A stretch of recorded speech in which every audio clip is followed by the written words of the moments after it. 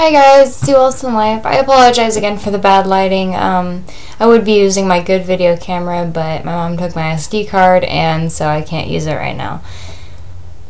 So I come to you today. I just watched this crazy documentary and I really think you guys should watch it. And I made little notes here because I have a tendency to stumble over my words. It's called National Geographic Inside North Korea. Now, if you have Netflix, you can access this on Netflix. It is so eye-opening. I'm so happy that I got a chance to see this and that there's actually a documentary like this, because if you realize how strict North Korea really is, you will be surprised about the amount of footage that this documentary gets. I don't know why the North Koreans were not more reluctant to this documentary. And the reason why they would be reluctant is because life over there, in my opinion, is the epitome of what is awful. They are cut off from everything. They have no privacy. They really aren't allowed to be themselves, because in order to be yourself, you have some form of independence. And in their culture, you're expected to have this extreme unity, because they feel like their unity is so much more than the rest of the world. So you might be wondering how the documenting happened. I know that it was National Geographic that did the documentary, and the host, I'm pretty sure she's Korean herself. I mean, Korean American. She's Korean American. And the doctor, I'm pretty sure he's North Korean himself, but his purpose was to come into the country and help with cataracts, which is an eye infection, and he had the intention of doing like 5,000 procedures or something crazy like that. This is one doctor. And if you don't know what cataracts is, basically like a clouding in your inner eye, and it's common enough, but it isn't considered very serious here in the United States or most other countries that have modern medicine.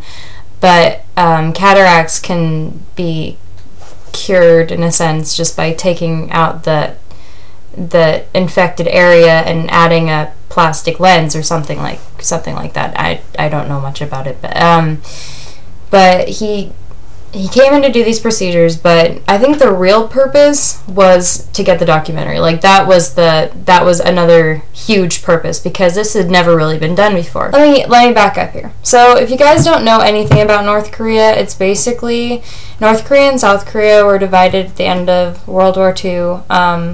And of course, as we all know, there's still tension there. North Korea does not want to interact with any outside countries, and because of their isolation, because of North Koreans' isolation from the rest of the world, they haven't had nearly as many advancements as other countries have in different things, such as cultivating their food, having enough food for the rest of the country. Their farming practices are very outdated. They're not making enough food.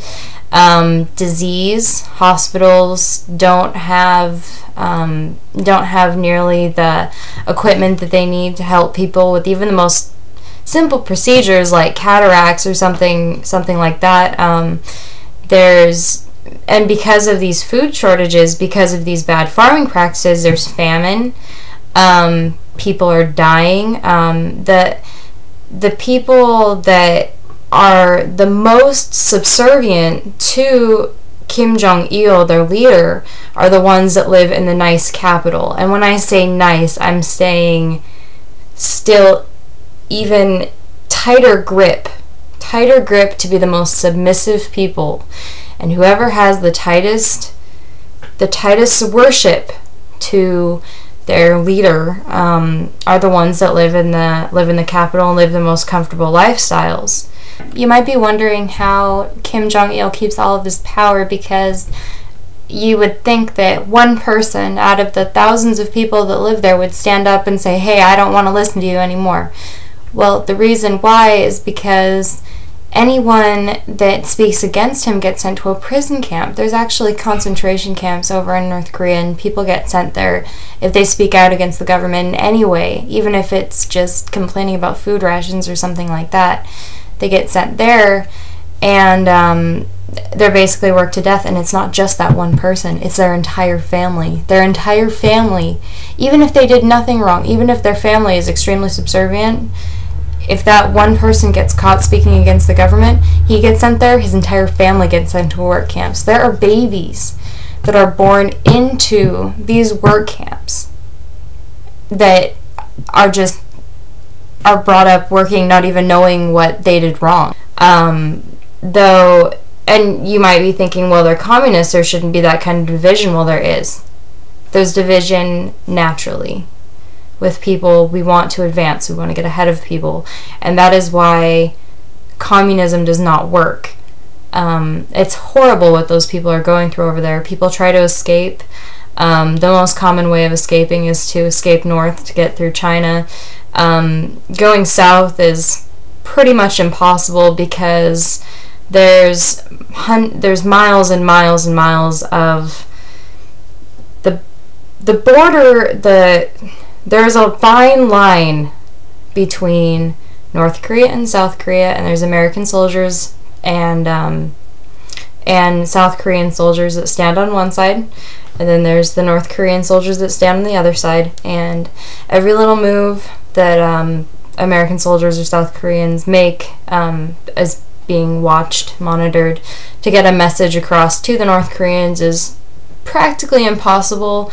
There are little meetings that go on, but really no work has been done. So we're in this deadlock. This country is in this deadlock, and South Koreans live their lives, and they continue to advance and grow as a country, and the North Koreans continue to live this life of extreme communism, extreme strictness. They can't do anything because they're being watched by the government, could die at any second. God forbid they should say they got a low salary or complain about food rations or complain about anything. Humans weren't meant to live like that. It's very, very scary in my opinion. So I'm going to wrap this up. I just wanted to give my 2 cents about that. I ask that comments refrain from saying, oh, you American scumbag, blah, blah, blah, just because you saw the first part of my video about the TV stations. That was a joke. I know that Americans have some greedy tendencies, but I still love my country. I'd hope you love your country, you know. Everyone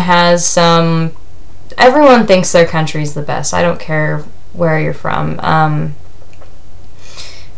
Or maybe not. Or maybe not.